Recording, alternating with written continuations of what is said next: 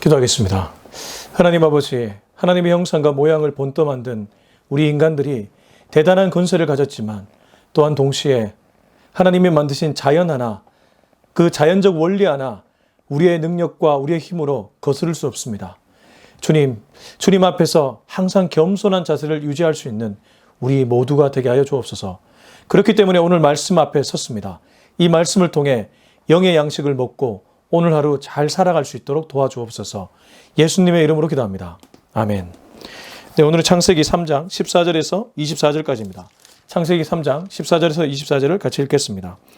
여호와 하나님이 뱀에게 이르시되 내가 이렇게 하였으니 내가 모든 가축과 들의 모든 짐승보다 더욱 저주를 받아 배로 다니고 살아있는 동안 흙을 먹을지니라.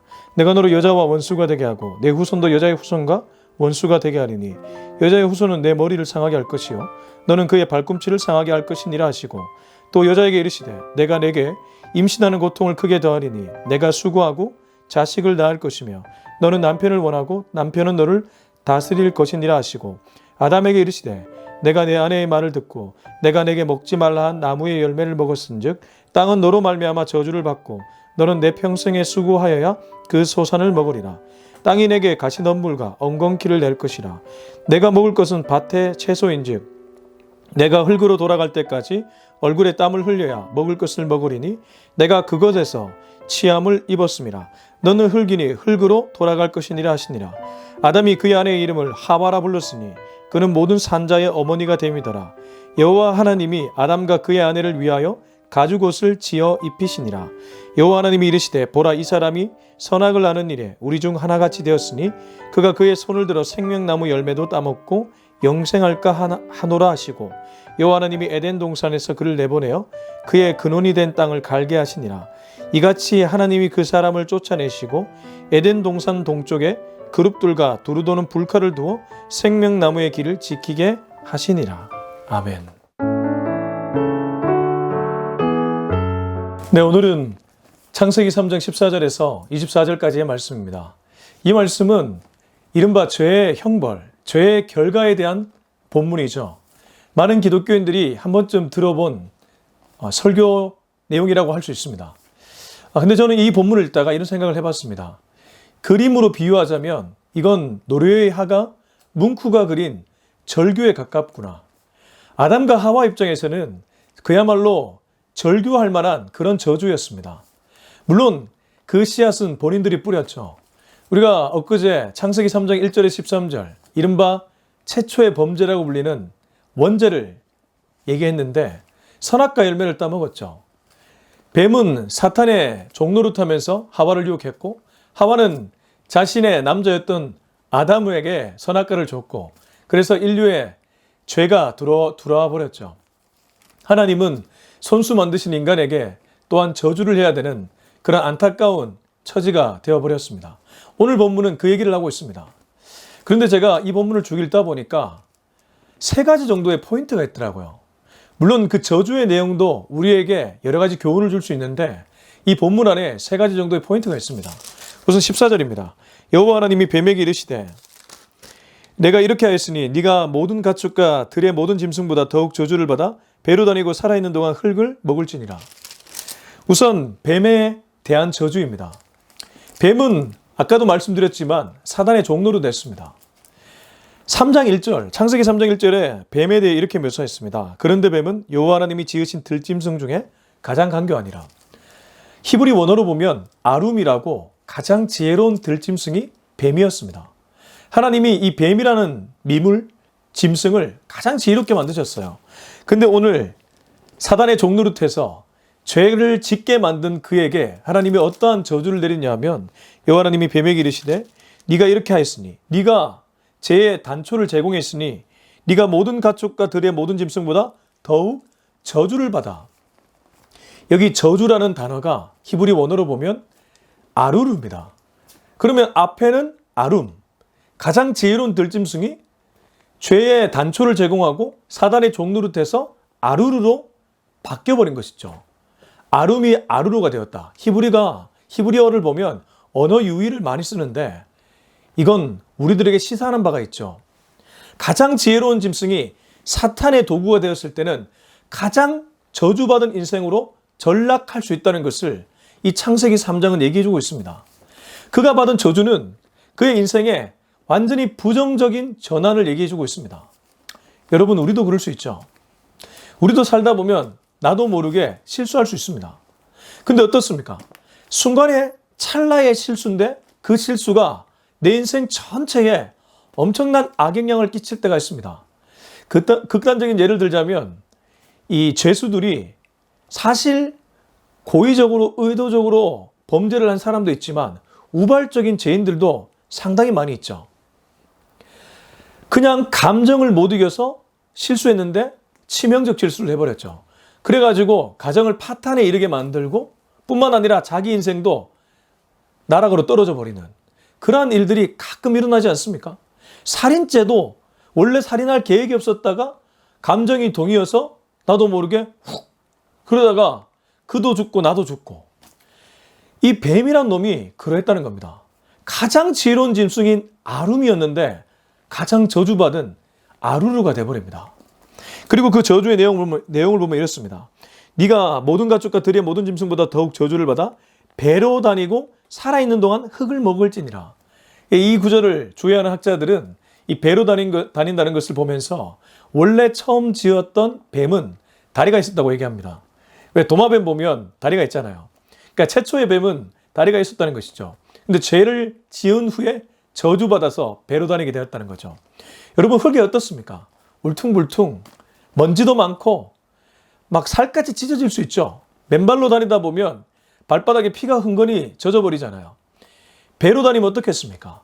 그래서 뱀 가죽이 젤기고 단단해졌는지도 모르겠습니다. 근데 그 뒤에 흙을 먹을지니라. 당시 흙은 먼지였고 또 그 가장 밑바닥이라는 그런 의미가 상징적으로 담겨 있었습니다. 그렇다면 지금 흙으로 배를 다니면서 먹는다는 것은 뱀이 가장 지혜로운 짐승에서 저주받은 짐승이 됐을 뿐만 아니라 수치와 모욕의 한가운데에 들어갔다는 겁니다. 이렇게 전락할 수 있는 것이 죄의 무서움입니다. 그래서 죄의 첫 번째 특징, 제가 3가지 포인트를 얘기했는데 찰나의 선택이 인생을 좌지우지할 수 있다는 것입니다. 선택 앞에 신중해야 된다는 것이죠. 나도 모르게 감정적으로 선택한 선택이 나의 인생을 완전히 저주로 몰아넣을 수 있다는 것. 이 죄의 저주, 뱀의 죄의 저주가 우리에게 주는 힌트입니다. 사실 아담과 하와도 그랬죠.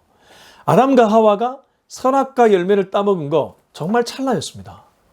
하와가 먼저 보고 정말 보암직하고 먹음직스럽고 탐스럽기도 한 그 열매를 보고 먹어버리는 순간 이 찰나의 선택, 찰나의 행동이 인류 전체에 죄를 가져다 주었습니다. 여자도 저주를 받았고 아담도 저주를 받았고 뿐만 아니라 땅도 저주를 받게 됩니다. 얼마나 무서운지 모릅니다. 그래서 이 첫 번째 포인트는 죄의 형벌 본문에서 우리가 들어야 될 첫 번째 메시지는 찰나의 선택이더라도 신중하자. 그렇게 신중하려면 어떻게 해야 될까요? 하나님을 묵상해야 됩니다. 이 선택의 순간에 하나님이 어느 쪽을 원하시는지를 물으셔야 됩니다. 하나님께 여쭤야 됩니다. 왜 기독교인이 기도의 자리에 나와야 됩니까? 기도하지 않으면 내 감정, 내 경험, 내 지혜로 선택할 수 있기 때문입니다. 여러분, 하나님을 믿는다는 것은 사실 약간 미치는 일입니다. 하나님께 미치는 일입니다. 상식과 다를 수 있습니다. 우리의 이성과 경험치와 다를 수 있습니다. 이를테면 이런 것이죠. 모세가 홍해 바다 가를 때 지팡이 하나로 갈랐습니다. 아마 애굽의 군대나 또 모세 주변에 있었던 지도자들은 저거 미친 거 아니야? 저거 어떻게 지팡이 하나로 홍해를 가르지? 그러나 그 순간 모세는 하나님께 붙들려져 있었죠. 그 선택 한 번이 이스라엘 전체를 살릴 수 있었습니다. 모세뿐이겠습니까? 모세 외에도 성경의 수많은 인물들, 순간적인 선택을 잘못해서 공동체와 인류에 부정적 영향을 끼친 사람들도 있지만 오히려 그 찰나에 정말 하나님 보시기에 옳은 선택을 해서 자신이 몸담고 있는 공동체와 믿음의 후손들에게 선한 영향력을 끼친 인물들이 있습니다. 자, 그리고 이제 여자에게 뱀에 대한 저주가 하나 더 있습니다. 15절입니다. 내가 너로 여자와 원수가 되게 하고 내 후손도 여자의 후손과 원수가 되게 하리니 여자의 후손은 내 머리를 상하게 할 것이요 너는 그의 발꿈치를 상하게 할 것이니라 하시고. 자, 이 말씀은 프로토타입 가스펠이라고 불립니다. 원형 복음, 원시 복음이죠. 우리가 이른바 복음이라고 말하면 신약 시대에 와서 굿뉴스, 예수님이 곧 복음이었습니다. 예수님이 곧 굿뉴스였습니다. 그런데 왜 창세기 3장 15주를 프로토타입 가스펠 혹은 프로토타입 굿뉴스라고 부를까? 이 안에 예수님이 희미하게 있기 때문입니다. 한 번 더 읽어보면 내가 너로 여자와 원수가 되게 하고 내 후손도 여자의 후손과 원수가 되게 하리니. 우선 원수라는 것은 굉장히 부정적 단어인데 여자의 후손과 뱀의 후손이 서로 원수지간이 된다는 겁니다. 뱀의 후손은 이른바 사탄 마귀입니다. 그리고 여자의 후손은 마리아의 아들로 태어나시는 독생자 예수 그리스도를 가리킵니다. 그러니까 여자의 후손이 뱀의 후손 사탄의 머리에 일격을 가하고 사탄은 예수님에게 발꿈치를 상하게 만드는 이 전쟁을 이 영적 전쟁이라고 해야 되겠죠. 이 3장 15절에 얘기해주고 있습니다. 자, 그런데 여기서 우리가 한 가지를 바로 캐치할 수 있습니다. 이게 오늘 본문에서 배울 수 있는 두 번째 메시지입니다. 하나님은 절망 중에도 희망을 심어주셨다는 것입니다. 진노 중에도 형벌 중에도 자비와 사랑을 심어주셨다는 것입니다. 여러분, 지금 뱀에 대한 저주입니다. 지금 인류에 대한 저주입니다. 저주와 관련된 본문입니다. 형벌과 관련된 본문입니다. 그런데 15절에 여자의 후손이 뱀의 후손의 머리를 상하게 할 것이라는 것은 결국 하나님이 인류를 구원한다는 약속 아니겠습니까? 그렇기 때문에 원형복음, 원시복음이라고 불리는 것 아니겠습니까? 인류는 죄를 범했습니다. 아담과 하와는 죄를 범했습니다. 그래서 그들은 죄의 결과로, 죄의 삭스로 이렇게 저주를 받고 형벌을 받았습니다. 하나님의 입장에서 자신이 손수지은 아담과 하와에게 저주를 내리셔야 했습니다. 그러나 그는 저주 중에도 피할 길을 내주셨습니다. 시험을 주시지만 피할 길도 아울러 주셨습니다. 절망을 선포하셨지만 그 밑에는 사랑과 소망의 길이 있었습니다. 이게 바로 우리가 믿는 하나님입니다. 여러분, 혹시 어떤 일 때문에 낙담하고 계십니까? 좌절하고 있습니까? 풀리지 않는 문제 때문에 지금 책상에 엎드려 울고 계십니까? 좋습니다. 울어야 될 때는 울어야 됩니다. 좌절할 땐 좌절해야 됩니다. 하지 말라는 소리는 아닙니다. 그러나 거기에 너무 오래 머물러 있지 마십시오. 왜냐하면 하나님은 창세기에서 죄를 다루는 죄의 결과에 대해서 얘기하는 이 본문에서조차 희망의 씨앗을 선물로 주신 분이기 때문입니다. 그분은 예수 그리스도였습니다. 그분은 예수 그리스도셨습니다. 그 예수 그리스도가 우리의 유일한 구원자가 되셨습니다. 인류를 살리는 구원자가 되셨습니다. 뿐만 아니라 저 뒤에 보면 가죽옷을 입혀주시는 그 말씀도 나옵니다. 우리 말씀 한번 볼까요? 20절 21절 아담이 그의 아내의 이름을 하와라 불렀으니 그는 모든 산자의 어머니가 됨이더라. 여호와 하나님이 아담과 그의 아내를 위하여 가죽옷을 지어 입히시니라. 뱀에 대한 저주에서 잠깐 넘어가서 아담과 하와에 대한 보호하심이 나오는데 아담이 아내의 이름을 하와라고 불렀는데 그 이름의 뜻은 산자의 어머니입니다. 어떤 의미입니까? 저주의 본문에서 갑자기 하와의 이름에 담긴 아주 유의미한 뜻이 기록되고 있습니다. 모든 산자의 어머니가 하와라는 것입니다. 하와 입장에서는 굉장히 영광스러운 그런 별칭 아니겠습니까? 왜 하필 죄의 결과에 대해서 얘기하는데 이 얘기를 기록하고 있을까요? 그리고 심지어 여호와 하나님이 아담과 그의 아내를 위하여 가죽옷을 지어 입힌다. 고대 근동사에서 가죽옷은 보호를 상징했습니다. 하나님이 저주하다가 갑자기 돌변해서 왜 보호의 메시지를 주고 있을까? 이게 하나님이라는 겁니다. 이사야가 하나님의 마음으로 이스라엘 백성들에게 심판과 회개의 메시지를 선포했습니다. 이사야서를 보면 우울합니다. 예레미야도 그렇습니다. 그러나 그것은 선지서를 겉으로만 읽는 것이죠. 속을 들여다보면 그 안에는 회복과 구원이 있습니다. 초점은 심판과 회개가 아니라 그 너머에 있는 구원과 회복입니다. 그래서 성경은 긍정으로 결론이 납니다. 여러분, 요한계시록 마지막 구절 한번 보실까요? 성경의 마지막 구절에는 요한계시록 마지막 구절 한번 읽어보겠습니다. 이것들을 증언하신 이가 이르시되 내가 진실로 속히 오리라 하시거늘 아멘. 주 예수여 오시옵소서. 주 예수의 은혜가 모든 자들에게 있을지어다. 아멘. 성경의 마지막이라고 불리는 요한계시록, 그리고 요한계시록의 마지막 장인 22장의 마지막 9절, 20절, 21절. 마라나타 주 예수여 어서 오시옵소서. 주 예수의 은혜가 모든 자에게 있을지어다. 무엇입니까? 긍정입니다. 소망이고 믿음입니다. 그러므로 하나님이 궁극적으로 우리에게 주시는 메시지는 믿음과 소망과 사랑입니다. 이게 하나님이 성경 전체를 통해서 우리에게 주시는 메시지입니다. 오늘도 좌절과 실패와 슬픔과 억울함 속에 살아가는 우리들이 붙잡아야 될 하나님의 메시지가 있다면 바로 이 말씀입니다. 자, 이제 여자에게 저주하는 내용을 좀 보았으면 좋겠습니다. 16절. 또 여자에게 이르시되 내가 내게 임신하는 고통을 크게 더하리니 내가 수고하고 자식을 낳을 것이며 너는 남편을 원하고 남편은 너를 다스릴 것이니라 하시고, 여자에게는 크게 보면 두 가지의 저주를 주셨죠. 정말 안타깝지만 임신과 해산의 고통입니다. 저도 아내가 임신하면서 겪는 고통, 그리고 해산할 때 겪는 고통을 보았습니다.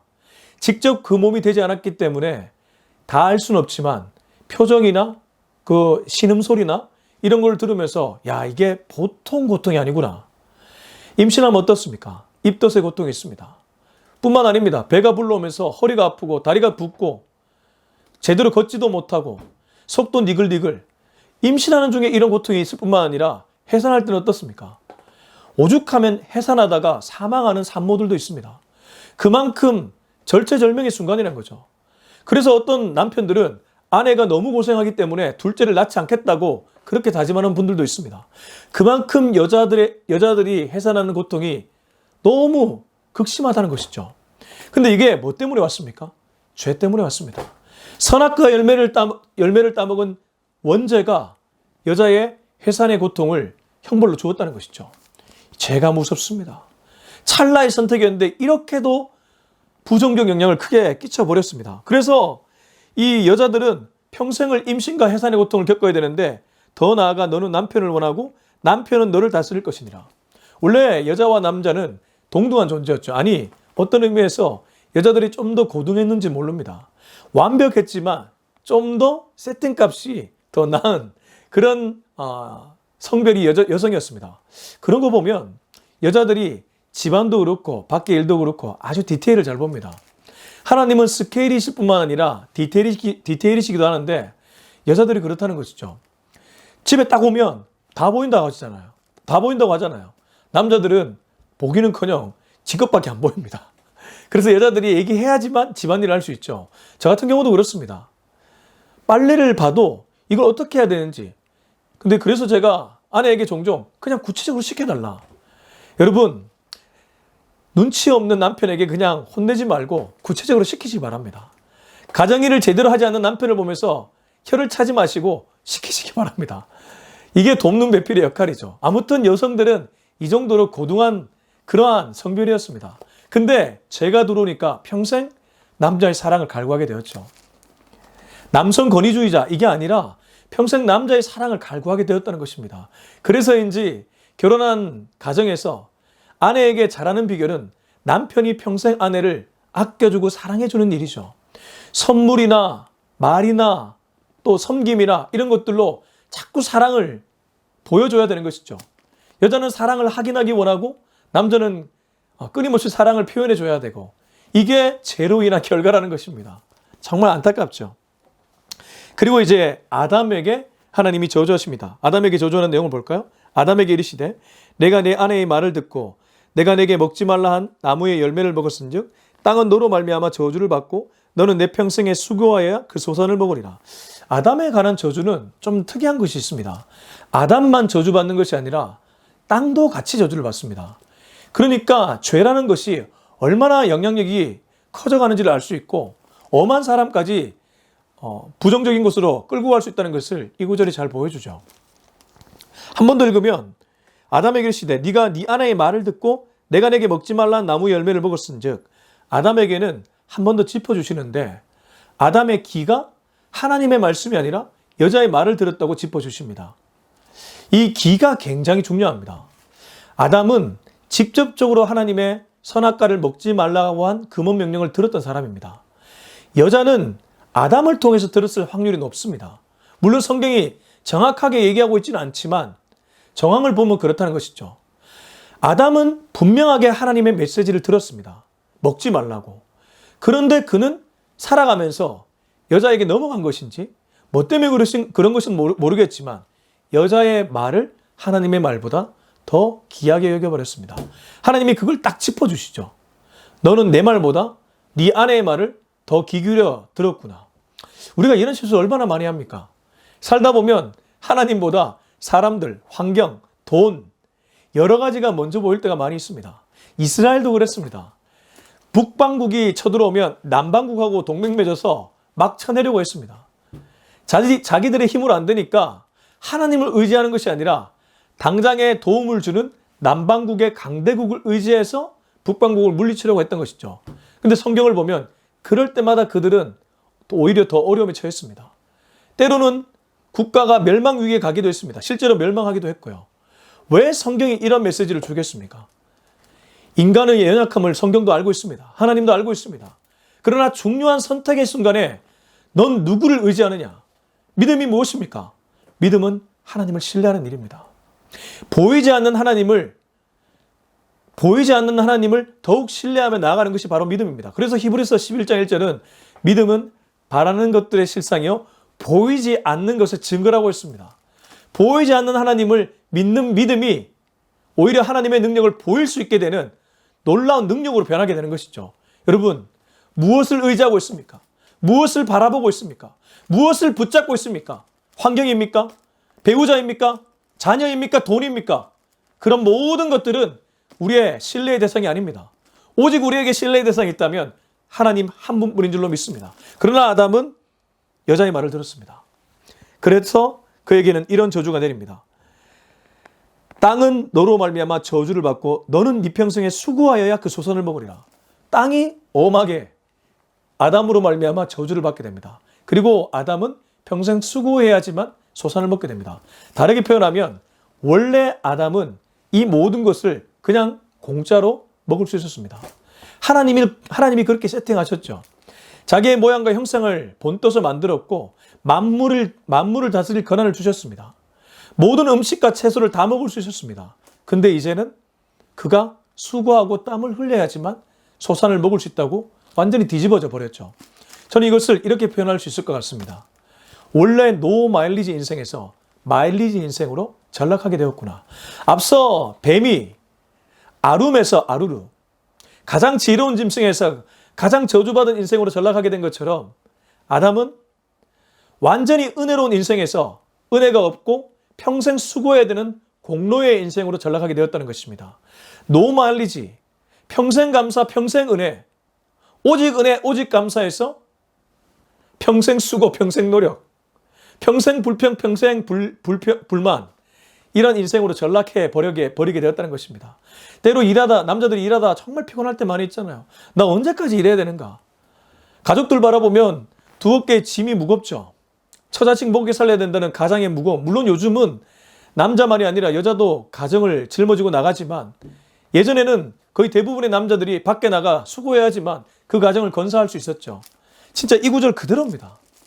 이만큼 죄가 정말 엄청난 영향을 끼쳤다는 것입니다. 근데 여기서 끝나면 우리가 성경을 반쪽으로 읽는 것입니다. 노 마일리지에서 마일리지로 전락했지만 하나님은 다시 한번 우리에게 노 마일리지의 길을 열어주셨습니다.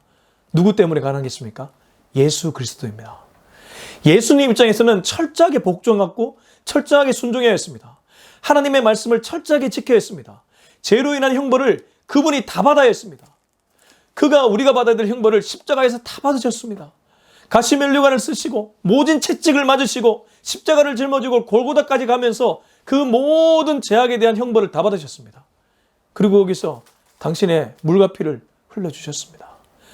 우리는 그 물과 피를 먹음으로 구원을 받게 된 것입니다. 우리가 한 것이 아무것도 없습니다. 결국 다시 한번 창조로 돌아가게 된 것이죠. 원래 하나님이 창조했던 그 새로운 세상에 가장 아름다운 진선미가 있는 창조의 세계로 다시 들어가게 된 것. 그래서 재창조라고 표현하죠. 예수 믿고 새로워진 피조물은 재창조된 세상으로 들어가게 되는 것입니다. 이게 바로 복음이죠. 또 노 마일리지입니다. 원래 노 마일리지였다가 마일리지로 전락한 인생에서 노 마일리지로 가게 되는 것입니다. 여러분, 언제까지 수고로운 인생을 살려고 하십니까? 마귀는 우리에게 묶여 있으라고 얘기합니다. 너 어디 도망가려고 그래? 교묘하게 우리를 유혹하고 트릭을 쓰고 달콤한 그런 쾌락을 주면서 우리를 묶이게 만듭니다. 마일리지에 묶이게 만듭니다. 너 아무리 노력해봐. 너 구원 못 받아. 너 이런 것도 해야 되고 이런 것도 해야 돼. 율법에 묶이게 만듭니다. 죄에 묶이게 만듭니다. 쾌락에 묶이게 만듭니다. 그러나 우리 주님은 그걸 다 풀어버리십니다. 당신이 죽으시고 당신이 피 흘리시고 당신이 부활하셔서 우리에게 자유를 선포해 주십니다. 바로 그것이 노말리지로 돌아가는 것이죠. 여기서도 우리는 은혜를 발견하게 되네요. 이게 바로 세 번째 포인트였습니다. 첫 번째는 찰나의 선택이 엄청난 영향을 준다는 것. 그렇죠? 그리고 두 번째는 하나님은 절망 중에서도 희망의 씨앗을 심어주셨다는 것. 세 번째는 노말리지에서 마일리지로 갔다가 다시 노말리지로 가는 것. 그게 오늘 창세기 3장 14절에서 24절에 숨어있는 메시지란 겁니다. 자, 계속해서 말씀 보겠습니다. 19절, 내가 흙으로 돌아갈 때까지 얼굴에 땀을 흘려야 먹을 것을 먹으리니 네가 그것에서 체험을 입었습니다. 너는 흙이니 흙으로 돌아갈 것이니라 하시니. 그래서 우리가 장례식 때 이 본문으로 설교를 많이 하죠. 흙으로 온 인생 흙으로 돌아간다. 그러나 그의 영혼은 예수 믿고 구원받았다. 이런 표현을 씁니다. 아무튼 이 죄로 말미암아 아담은 평생 수고해야지 소산을 먹게 되는 그러한 땀 흘리는 인생으로 전락하게 되었습니다.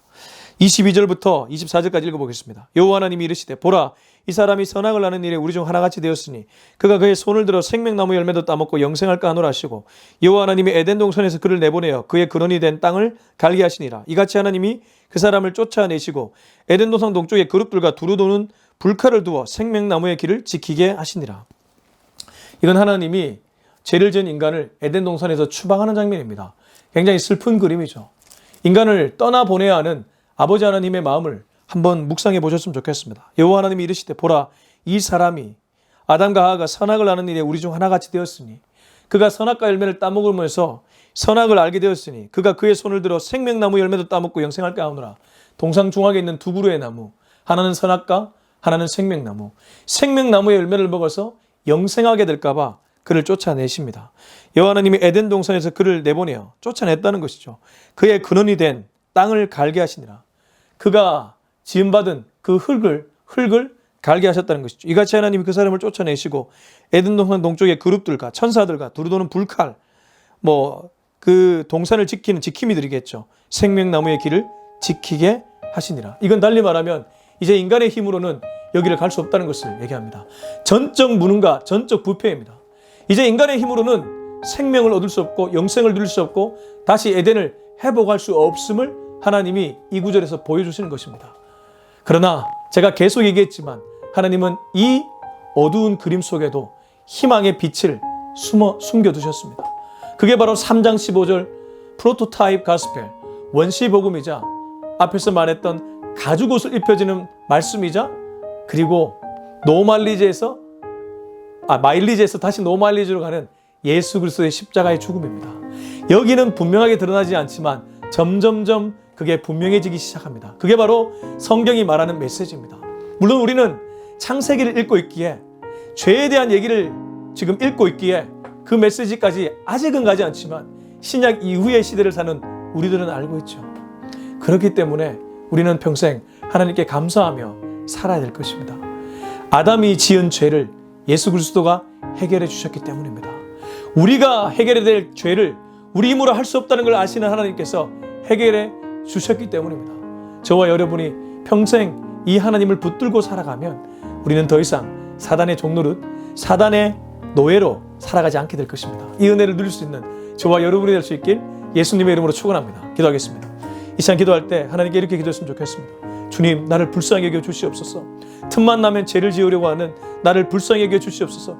틈만 나면 찰나에 감정적인 선택을 하려고 하는 나를 불쌍히 여겨 주시옵소서. 주님을 바라보며 주님을 의지하고 주님을 신뢰해서 하나님이 원하는 선택을 함으로 말미암아 나만이 아니라 나의 가정과 나의 공동체, 내 주변의 사람들에게 선한 영향력을 끼치는 그러한 인생 되게 하여 주시옵소서. 우리 이 기도 제목 가지고 주님 이름 한번 찾고 간절하고 뜨겁게 기도하겠습니다. 주여!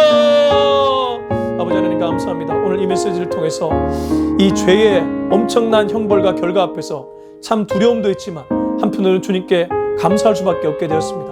하나님은 절망 중에도 소망과 희망의 씨앗을 심어두셨습니다.